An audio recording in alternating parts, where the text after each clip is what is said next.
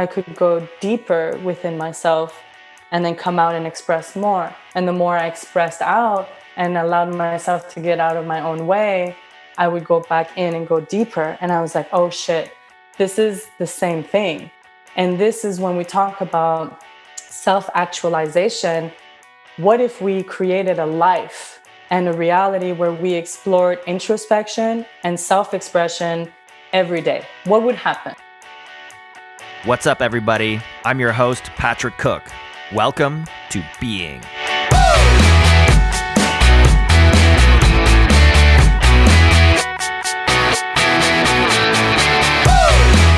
Gabrielle Bonneville is a lucid dreamer, circus aerialist, yoga teacher, community designer, mystic, and musician. She's also the co-founder of Momentom Collective, the world's leading artist residency program for healers, creatives, and digital nomads. In this lively and insightful episode, we dive deep into becoming a creative channel, building community, and how introspection can power creative expression. Gabrielle Bonneville, welcome to Being.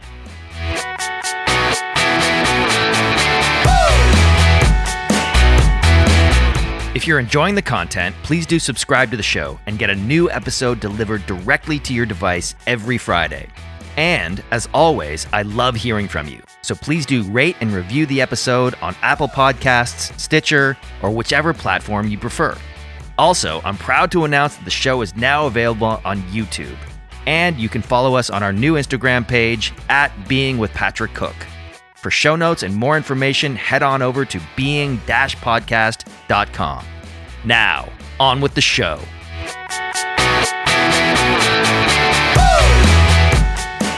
Gabrielle Bonneville, welcome to Being. Thank you for being here. Thank you so much for having me.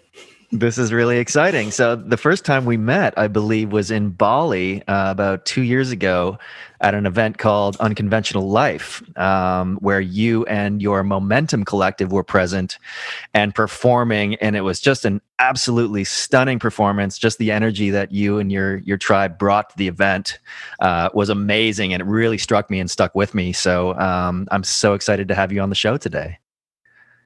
Thank you so much. You know, I didn't even remember that we had met in Bali. I thought that we had met just this time in Costa Rica. Yeah, but now that you say it, it's true. There was a lot of people at that event, so I'm not surprised. But yes, we just were at another event in Costa Rica called Visionaries Immersion, which was fantastic as well, at which you performed, and we had a great conversation there as well. So looking forward to this conversation today. So I just want to begin, and I'd love to ask people about their journey. Like, how have you arrived in this moment? What has your life experience been? What's your childhood been like to bring you to this moment in time? Oh, wow. What a great question. And I landed in this human body, and I don't remember if it was a choice or if it was like an invitation from the universe, but I woke up with 10 fingers and 10 toes, and I was like, all right, I'm in for a ride. Here we go. Yeah. And it has been the most beautiful ride. You know, it's had a lot of challenges and peaks and depths, but it's brought me to understand something about existence, that is that we're basically just here to be in love with whatever is in front of us, you know. It was very confusing for me growing up because there was a lot of polarities in my life. Like, I grew up in a very cold place in Quebec called Sept-Îles, and no one spoke English, you know. It was like very French, and it was so fucking cold all the time. and then at the same time, my mother is from Venezuela. So we would fly from Quebec into Caracas, and then going into this private island called Margarita, where it was like extremely hot, and everyone were like dancing all the time and joyful and singing and alive. And then we would from back and forth in these realities, and I realized that the only question that really mattered was, who am I within the polarities? Who am I and Gaby within the two spectrums of these polarities? And So I've been playing a lot with finding myself throughout my life, in the polarities that come into my path. Mm, And one of these has been, for anybody that knows me, would be the circus aspect of things, mm, because the circus is really about like self-expression, and at the same time I also dove really deep into yogic philosophy, so the idea of going introspection into yourself. So there's been so many series of events that have led me to who I am right now. And I could tell the story of how I went to university and how I got the job at the United Nations or whatnot. But really, at the end of the day, what got me here is this like unfathomable curiosity about who I am and what my purpose here in this world is. mm. So, and I'm still figuring it out. I'm still aren't figuring it out. aren't we all? Yeah. That's a beautiful vision though, like that idea of polarity and that showed up and manifest for you as hot and cold in different places as a child and different cultures as well. It's so interesting how you mapped that Mhm. into sort of your outer experience and your inner experience. That's so amazing. I'd love to dive more into that. So you got into circus performing and also yoga. So how did those two things manifest in your life? Mhm.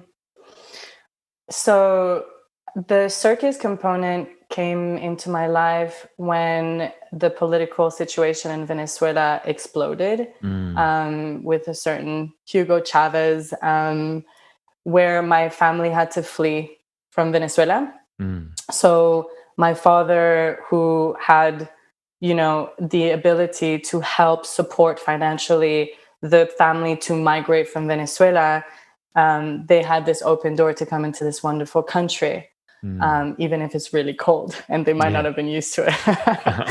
but when they, but when they arrived, can you imagine, like, you arrive into this foreign country and you don't have the education component that people here have, masters and PhDs and even money to be able to afford the schooling here. Mm. So the circus was what my family went into Oh, wow. immediately. Yeah. So we have, in my generation, we have about 4 or 5 cousins. One of them went directly into handstanding. So the idea of balancing.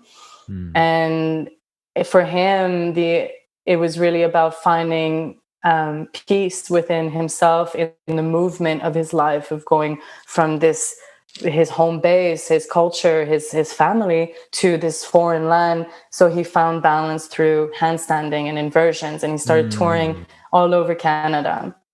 And then another cousin went into clowning, and this is something I might want to dive a little bit deeper with you, because of just Please. how, oh, it's clowning is by far the most powerful transformative discipline in circus arts, because of how deep it requires you to go within yourself to express through emotions a story that is living within you, but that you want to express in connection to your audience. Wow. So for example, like Isaac, who was really traumatized from a few like incidents that happened in Venezuela.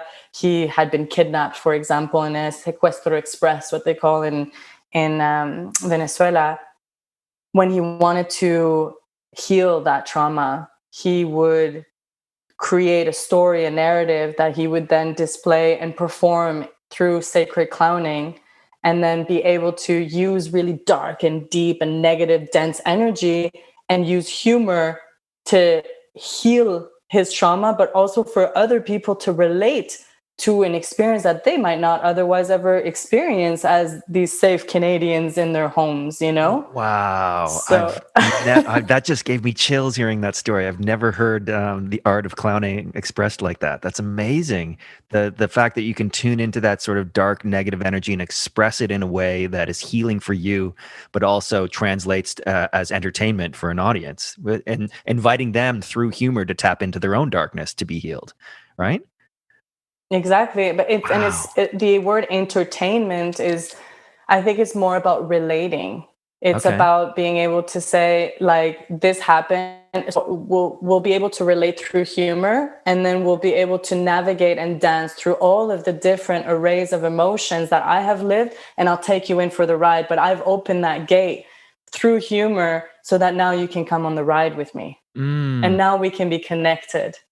Wow, that is so powerful. Wow, this is so intriguing and interesting to me as well. Wow. So the Momentum Collective, how did that begin, and what's its mission? Well, that's exactly, yeah. It started from that, from me witnessing my cousins going through their journey and finding circus, and so going home was always amazing. It was always like handstanding and acro and clowning and this and that, and then all of a sudden, though, I did a yoga teacher training. That's what happened, because I wasn't in the circus. I wasn't in the circus. I was working in the United Nations. I was doing the good girl job of making money. And I'd always wanted to help humanity. That was the thing. And I thought that the best way to do that would be to do it through the United Nations, because that was what their mandate is, right? To help humanity. Right. But I soon realized that the system was kind of like not so, I don't know, it wasn't conducive to that type of energetic healing that I was hoping for. Anyway, long story short, I ended up doing a yoga teacher training, and I realized that on the other side of the self-expression and the radiance and the like being so super radically seen was this part of you that no one has access to but yourself. This part of you that is presence, that is undeniably you. And it became very clear that in contrast to circus, I could go deeper within myself and then come out and express more. And the more I expressed out and allowed myself to get out of my own way, I would go back in and go deeper. And I was like, oh shit, this is the same thing. And this is when we talk about self-actualization. What if we created a life and a reality where we explored introspection and self-expression every day? What would happen? What would happen? Oh, it's beautiful. This is amazing. I'm so resonating with this, and it applies to my life as we speak. Like that idea that you were gravitated towards the UN because you felt a draw to wanted to make a difference in the world, and that seemed like a good avenue to explore it. You got there, and maybe the system and the bureaucracy and the politics of it were not enabling you to express yourself or to make that kind of impact in the world that you were looking for. So you came back to yourself, and that is so powerful, because I think many of us, are drawn to, who want to make a difference in the world or who care about making the difference in the world, want to go out and fight those fights. That we want to go to the front lines. We want to be activists. We want to go to the UN, and that's not necessarily the truest path for each individual. And so that idea of coming back to the self and introspecting and then self-expressing as a way to heal yourself and then have the most impact on others to do the same is super powerful, and something I'm exploring in myself at this moment. So thank you for that reflection. That's really resonating with me. I love it. And I'm so curious to know what it is that you're doing to explore. Well, I'll just tell you the short story is I was in music for a long time, because I still am, but music has been my calling, my sort of vehicle for self-expression, and recognizing how powerful it is as a medium to affect people. Like everybody resonates with music, So, but I was working for corporations. I was writing for TV shows and for commercials and stuff. And so I was basically whoring out my talent to corporations. And when I began this sort of personal transformation path of going deeper inward, I was like, wait a minute, that doesn't resonate for me. I'm using all of my talent, my energy, and my time to sell people products that they don't really want. I'm like, well, so I sort of rejected it. And in that moment, like this is only a few years ago, I got invited to a retreat, and as the musician, and it was a retreat for the Association of Transformational Leaders. And there's all these powerful coaches and yoga people and just transformational people, and our artists as well. And the level of energy and frequency and vibe and presence that came from these people was so powerful. I'm like, okay, here's a place that I can make a difference in the world. So it's kind of being drawn to a UN type of calling. So I've gone into coaching, but it hasn't really landed in the way that I was hoping for. In the same way that you arrived at the UN, and it's not because of politics. It's just like, okay, but why is that? So I'm out in the world trying to help people, but I'm not honoring my art as, like you were saying, as the vehicle for going deeper in myself. Right. And so I'm sort of coming back to this idea. Okay, I want to have music as a more central focus in my life in order for me to show up more powerfully as a coach and a leader. Right. Because the more I go into myself and I remove whatever the noise or distortion is that's clogging my creative channel. Right. And that could be trauma or limiting beliefs or whatever, my unconscious, alcohol was a big part of my life as well. But the more I release those things, the more I can express myself into the world that actually makes the most maximum impact. Does that make sense? That was a bit convoluted. No, it makes so much sense. One of our, I think music in general, like there's introspection, which is, there's like a buffet of ways that you can go inside, breath work, meditation, mindfulness, just in general, internally, it's like a never ending well. And then expression, the self-expression, it grew from like circus of being able to perform and to be in aerial silks or to do clowning. But then we started doing like authentic relating and nonviolent communication. And then all of a sudden you can see that you can actually channel, you can like carve like Play-Doh, the channel that you want, because it will orient the experience of the life that you are living. If you are conscious about the expression of who you are. And music though, Patrick, that's the bridge between the unseen and the seen world. That is when we put sound into vibration. And for me, music is the conduit, and that's why we opened up a residency that's like only music production and sound healing. That's all we do for a month. That's all we do. I love it. I want to come. I totally will. Yeah, you should come. Beautiful. Wow. So molding your creative channel to whoever wants to express is so powerful. And I think one of the reasons a lot of people don't do this is it's terrifying to go outside of your comfort zone in either direction. Like most people are scared of public speaking or the outwardly expression. But I think the same is true of going inward. People are scared of going inward. That was definitely true of me for many, many years. Because I was first of all, I was scared of how much power is there because I knew how powerful I was. But I also I was scared of expressing that true creative power because I knew there would be ridicule or criticism or judgment, so I sort of kept it in the shadows, right? And so we tend to, especially in Western culture, we tend to exist in this narrow band of existence. We never get too high in our expression, or we never go too deep into our souls, and so it's this narrow band, and it's so boring, but it's also people stay there because it's comfortable and it's what everybody else is doing. It's safe, right? And we crave safety and certainty. But the real essence, the real vivid nature of life is outside of those boundaries, right? So we have to summon that courage to go to those places, even if it's uncomfortable, even if it's painful, because the connection, the robustness of life outside of those boundaries is what we're here for, is to experience those things, right? Absolutely. And I think that the psyche has a membrane, and we want to be mindful of how we train for acrobatics as well. We're gonna know our limit, and then we're gonna push just a little bit so that then we can restore, and then we get stronger, and then we move. So it's not there's certain people in my life, for example, my partner Julian, who like really pushes to the other edge. Like he'll like jump out of a plane or like do highlining. But for him, his membrane psyche has been so stretched throughout the years that he's able to jump so far on either spectrum. Totally. Going to a 10-day meditation or whatnot. But if you've never meditated a day in your life, we want to take it. I would recommend for us to create habits first on being able to nurture the fear into something that is tangible for us to become a little bit more and more fearless, So Totally. for example, in the residencies, what we do is that we wake up 6:30 in the morning, everyone's meditating. Right. Just meditate for 1 month, meditate every Yeah. morning, Yeah. move once a day, Right. and talk about your vision once a day.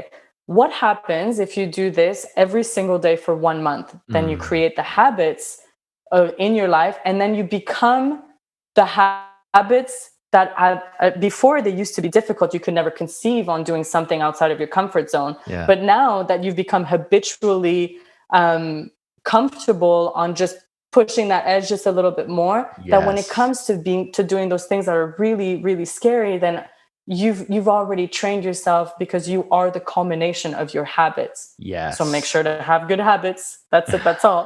Right? I love that. Yeah, no, that's a great reminder, is that you don't have to go like so far out of your comfort zone that it's just insanity. You can just push it a little bit and just practice going outside and coming back, going outside and coming back, until you develop capacity. And then one day you'll get to Julian's level, where you can go, it's so elastic, you can stretch it in either direction. And that's, there's so much value in that. But like you said, habits day to day and meditation. Wow, what a powerful tool. I can't go, if I go 2 or 3 days now without meditating, I start to feel it's like, I start to float away. It's like that grounding presence that really roots me in my creative channel and my center, my truest being, Absolutely. so powerful. Amazing. So what's Momentum Collective up to right now? Can you tell us a little bit more about what it is, in case people don't understand? Sure. Yeah. Yeah, so it's a collective. So the idea of momentum is like moment-om. So it's like the momentum of circus arts and self-expression, and then the om moments of anything to do with plant medicine and meditation and introspection, right? So we really, beautiful. Yeah. I love that. And what I didn't we do is that understand we that. create. Yeah, that's great. Not many people do, actually. But at the end of the day, we're a collective. And what we mean by collective is a group of people that have a common vision. And if we were to label these humans, they would be healers, artists, and entrepreneurs. And we've noticed that these three in combination in the same room, they take care of themselves. They really do. They're able to share their own passion, and then they're able to like become a holistic versions of themselves, because they have the components for each other to be able to thrive, if that makes any sense. Yeah, no, it totally does. Yeah, I can totally feel that. So what is the vision of Momentum Collective? What's your mission? So the idea is that we wanted to create like these alternate realities within the world where people go to create habits. So we call them residencies, and people stay there for 30 days, and then they commit to themselves to going through the program. And when they come to our places, our residencies, we provide all of the food, all of the accommodations, all the workshops, and then all the plant medicine ceremonies, and obviously access to all of the events, the ecstatic dances and whatnot. And so we make it super easy for you not to think about anything else other than just getting to your class. Get to your class. And so we have a program that we've designed for each residency that goes into meditation in the morning, yoga, going into movement, and then into self-development. So the self-development bit, that's what gets really interesting, because each residency, we have 6 now.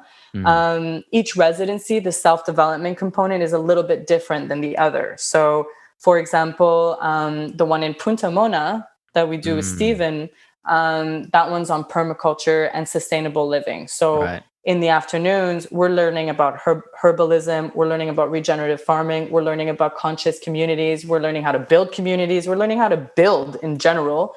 So we spend the mornings developing ourselves, and then the afternoon developing our visions. Wow. So yeah, it's been a hoot, Patrick, because we get to be so creative over the alternate realities that we want to be creating. So like we've got a music production one.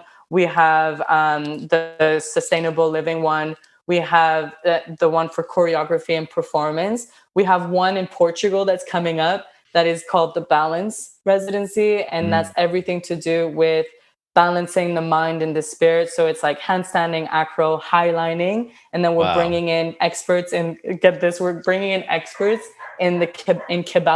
and Hermetic law. so that we Wow. can understand, we can understand the polarities of existence through hermetic law, so that we can introduce them into our meditation, which we do 2 hours a day. Whoa, that's so powerful, man! I love it. I totally want to come. I totally want to come. A question that came up though, like that sounds amazing. This immersive experience where people commit for 30 days and they create new habits, they create new routines. How do people normally manage, such a peak experience when they have to go back to maybe their more mundane lives? How do they maintain the momentum? Mhm. It's a great question. It's the number one question that we get with all residents. The idea Yeah, is that a lot of people come back. We have a huge return rate, like 90% of people come of back course. It sounds at once a incredible. year. Yeah. So it's a reset. It's a top up a lot. It's like a top up, and the idea is that if we're culminating our beliefs and our habits, so that wherever that we are, whether we're in the middle of the Sahara or in Palestine, we want to create this bubble of energy that is who we are, that is cultivated through perception and surrender. Like the release of expectations for your external environment. Mm. It works, for a while, but I think, we also have this weird thing in our bodies as humans that we have a tendency to mimic our environment. So when people get back to the city, I don't know what's up with that, but we unconsciously start thinking like the city.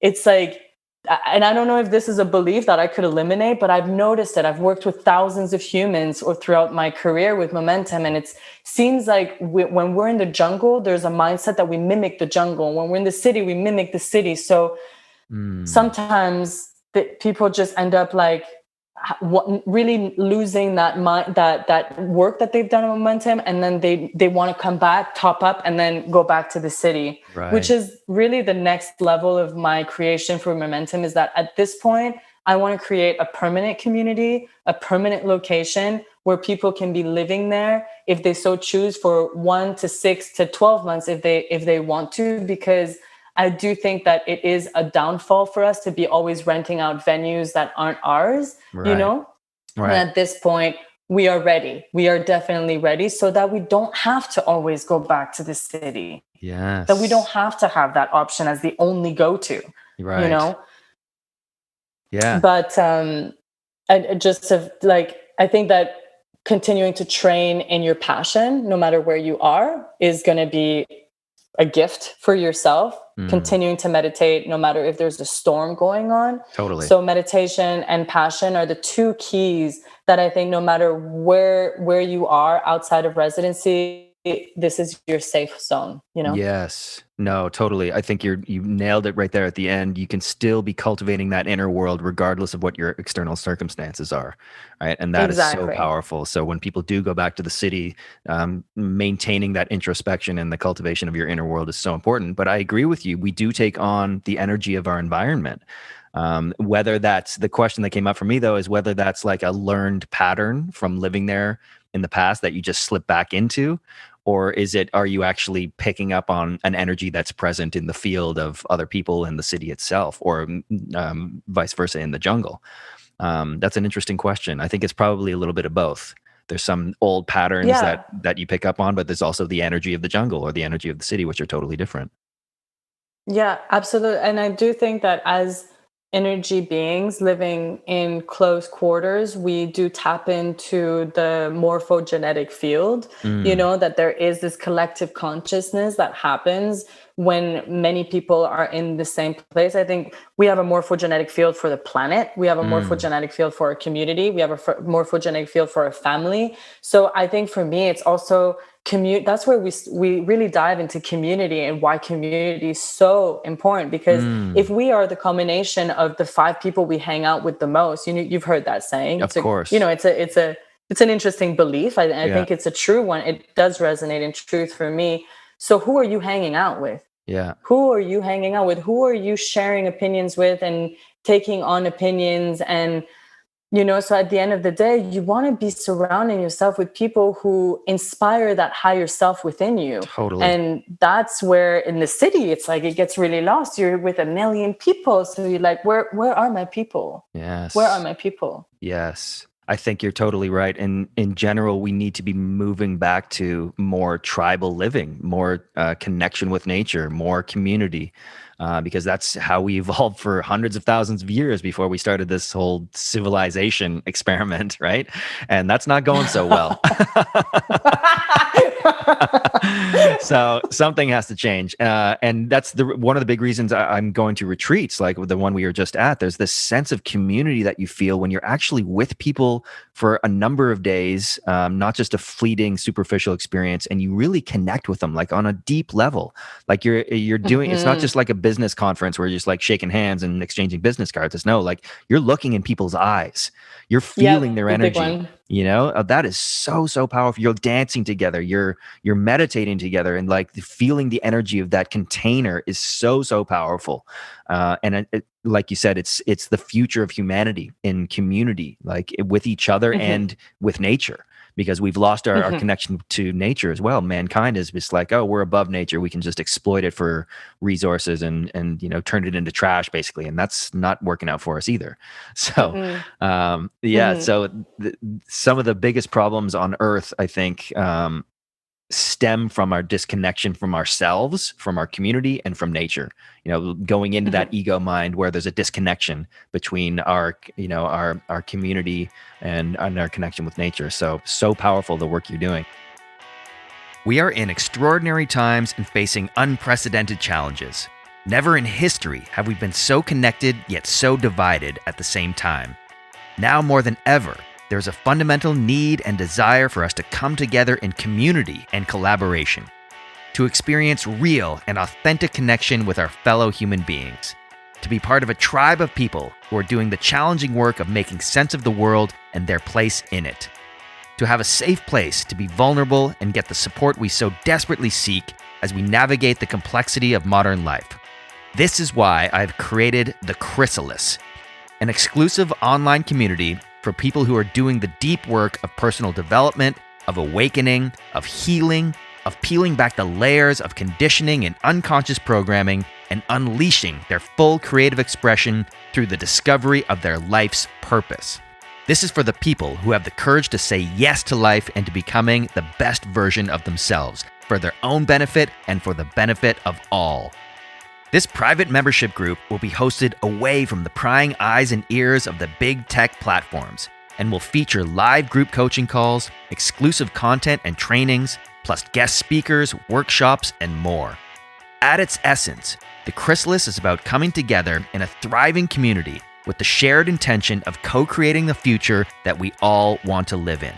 If this resonates with you, go to enterthechrysalis.com for more information and to reserve your spot. Chrysalis is spelled CHRYSALIS. So that's enterthechrysalis.com. Now, back to the show.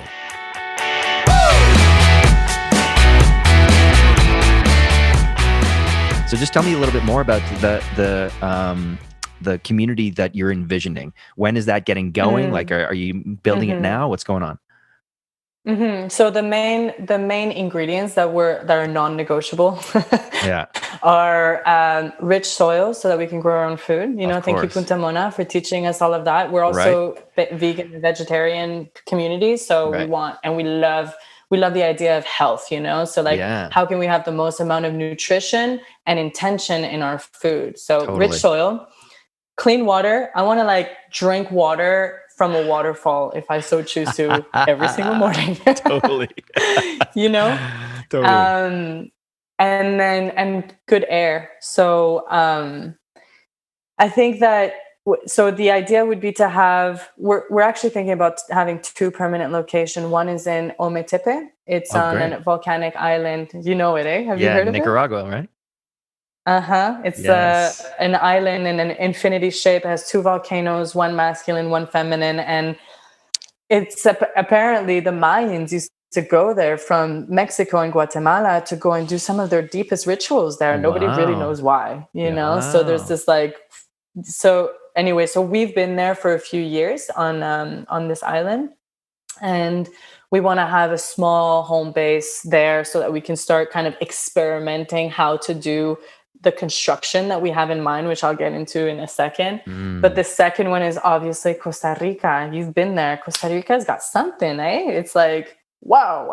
The biodiversity is astounding. It's so rich. It's like just the noises, like the silence of Costa Rica is filled with richness, you know? Totally. You know what I'm saying? It's silence. like never, Yeah. there's no such thing as silence. Yeah. It's like the wind is talking, the jungle is talking, the animals, ocean. Yeah. the ocean. So we're looking into getting involved in a community that's already being developed, so that we can come in and introduce what we're good at, which is arts and healing. And the idea is that in all of our permanent locations, which for now is going to be 2, there would be 4 components to the community. One would be movement arts, which is what we're bringing in the most. Then we would be bringing in music. So spaces that is conducive for sonic exploration, you know, and we want to be working with people like yourself, like Parangi, like some of the most amazing musicians in the world. We want to be bringing them in so that they can help us design spaces for sonic exploration. Amazing. And then there would be visual arts. So anything to do with graffiti or visual painting, anything to do with the eyes, you know, of creating in terms of visual arts. And then the last one would be healing. So anything to do with, like, we're imagining having machines for neurofeedback or massage therapy, and then also obviously plant medicine, which we do explore within the community with shamans and people that, you know, have experience in administrating this type of medicine for people. Yeah. Yes. But it's still a work in progress. Right now we have two different arrays. We have the commercial components, which is like to build out these spaces that would be for the use of all of the collective. And then we have the residential component, which would be Patrick wants a house. Right. He has $120,000. We build a house hand in hand with our architects. And then Patrick has access to the waterfalls, the permaculture garden, all of the collective spaces. I love it. So that's what we've got. And yeah, just sacred geometry everywhere. I'm just imagining like spaces that are designed for deep meditation just by being inside the space, and you don't even know what's going on. Yes. You know? Wow, that sounds incredible. I would love to be involved. I think we're going to have to talk after the show. I know. I figured. Awesome. I wanted to ask you, and I ask this of every artist or everybody actually that I interview, about creativity, because it's been a question I've sort of pondered. Where does creativity come from? Like, what is the origin of creativity? Like, I've heard so many different answers. Like, it comes from, you know, I'm not going to say, actually, I'm just going to leave it and let you respond. Like, is it an internal genesis, external? Where does creativity come from? Oh my God. Wow.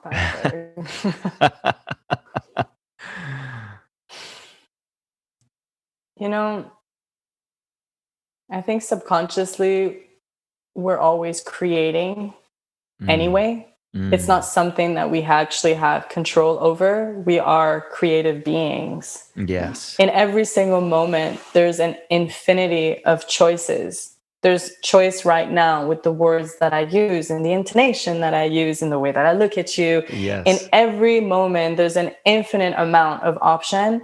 And I choose to create these words in this way, in this method right now, so that I'm creating this present moment. Yes. But if I just start talking like this and I'm not really thinking about it, I'm just doing it like this, it's still subconsciously, I'm still creating. Yes. So I think consciousness really is the creative force that we have to go to the places where we want to be going. But if we're not using our consciousness to kind of like filter and create the spaces where we want to be going, then we're still going to be creating regardless. Yes. So, but the question of where it comes from, I mean, I don't even know if I want to know. I don't think it's knowable, even if we wanted to, but it's fun to think about. It's fun to ponder.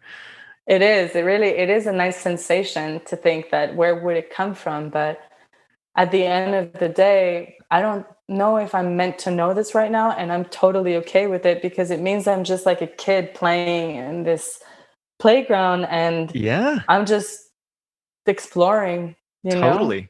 And that's it. That's all you need to know, really. It's just getting out of your own way, as far as I can tell. I'm actually reading a book by Osho called Creativity, and I'm only a few chapters in, but I was Oh, reading last really? night. Yeah, it's amazing. But he describes it as like you were saying, everybody's creative, and you're creating whether you know it or not. But in order to tap into it and really be conscious of it, it's a more of an active removing. Like we were talking about, the Oh, ego I gets love in the it. way, right? It's like and there's a meditation that he recommends, like imagine yourself as a hollow piece of bamboo, where you remove anything that's inside of you and create space for the divine to enter, right? And that's where Mm, creativity exists, or it comes from. It's like you're getting out of your own humanness, your own ego, getting out of your own way, and allowing source energy or God or divine or whatever you want to call it to channel through you. And that's where creativity comes mhm, from. You become, and then how it manifests into the world depends on who you are as an individual, unique being, right? So that's why each of mhm, us can create differently. Not all of us are going to be Picasso, or not all of us are going to be Gaby Bonneville, or but we all can create. And that means you're being creative in everything you're doing, whether it's speaking or taking care of your kids or doing the dishes. We're always creating in some way, right? But mhm, in order mhm. to fully enjoy it and be in that presence of that creativity, we have to remove the barriers to it, which is the ego and the trauma and everything covering it up. That's how I kind of view it. Absolutely. Oh, Yeah. I love it. Thank you so much for sharing that. My pleasure. Thank Osho. God, two things on that. But the other day I had this download when I was running, and it was that there's only two things in this life, and that is truth and then the tension of the truth. And Tension. I get these like voices that have these amazing messages that when I'm listening and I actually contemplate it, I'm noticing that we are actually channels because Yes. where did that even come from? So then We're I all started channels. contemplating it. Yeah, yeah, and Yeah. I think so too, and I think art is a great vehicle for that. But I was thinking about what it meant, to what would be the tension of the truth, and Mm. really, it's like whenever we're feeling without judgment, like if there's going to be really shitty things that happen to our lives, we're going to go through breakups, we're we For not sure. everything is meant to be perfect all the time, but when there's a tension that arises, like a discomfort, then the question that then I ask myself is, what must I believe to be true for me to be feeling this? Mm. Yes. I was just What going to say must I that. believe to be true Yeah. to be feeling this? There's the truth, and then there's your belief of what the truth should be, and your resistance or the tension is the whatever's between them, right? So Exactly. if you're So, resisting what is, or what is actually true, then you're going to feel tension. If you're fully surrendered to it, then exactly. you're in flow, right? So we create our Yeah, own tension. exactly. Uh, Yeah. yeah, it's the Tao. Huh? The It's Tao is by far one of the most inspiring philosophies for mm, me, and it is very difficult for me because I'm very resonant with the fact that we are conscious creators. So I always want to be creating, but also it's like 50% of our existence is to allow. It's just to damn yes, allow for things to happen, and that's totally. for me that's the balance right there. It's like allow, That's create, allow, create, allow, yes. create. Yeah, and that's kind of the inner and the outer and the polarity you're talking about earlier. I think we need that contrast in life. It can't be all one thing or all the other. We need the contrast. And that's how we create these Exactly. amazing experiences. And that's what we're here to do, is just live, in my opinion, just experience new things, more of life. That's it. It's beautiful. Absolutely. Gaby Bonneville, Yeah. this is so awesome. I really appreciate your time. I'm only going to ask you one more question before I let you go. And it's this: if you were to take all of your experiences, all the knowledge, all the wisdom you've gained, and distill it down into one message or one sentence, what would it be? Mm. We are ultimately noble divinity. Mm, beautiful. Gaby Bonneville. Thank What you would be so yours? much. Wait, I want to hear yours. Yeah. Each of us is incredibly powerful, and we only need to remember how powerful we are and summon the courage to express it into the world. That would be mine. Thank you for asking this question. And I hope whoever's listening is also turning around to the person next to them to ask them that same question right now. It's a good one. It's a good one. Thank you. Yeah, it's a very good one. That was great. Gaby, thank you so much. Do you want to let people know where they can find you and hear more about Momentom Collective and the community you're building? Sure. Well, my personal information is Gaby Boop, Gaby_Boop on Instagram. And I love letting people know that they can reach out to me directly. I love being in touch with all of my followers or people that have interesting visions that they want to share with me. And then for Momentom Collective, it's like Momentum with an OM at the end. So Momentom Collective. And if they're interested in, investing outside the matrix or have some inkling on wanting to take part of the organization team for such a beautiful project, go under home base and just fill out the questionnaire, and I'll get in touch with you. Me and my girls are going to get back in touch with you as soon as possible. And my message too is just to keep being strong and to trust that everything is in divine perfection in all moments, and that we are working so hard right now, to be able to provide little pockets of alternate reality so that whenever it gets too rough on you, you've got a safe space with us. And that's my promise to everyone. Beautiful. Yeah. I love that. One thing that just came up when you said that, though, everything, I agree. And that's tough to digest for a lot of people. Like everything is in divine order right now, but that doesn't mean we should be apathetic, which means there should be some responsibility in taking positive action. And that can be as simple as creating meditation practice for yourself, be doing something to create better habits within yourself. So you're contributing to the whole in a positive direction through divinity. What's the there's a saying that goes, the world is perfect in every way, along with my desire to change it. Exactly.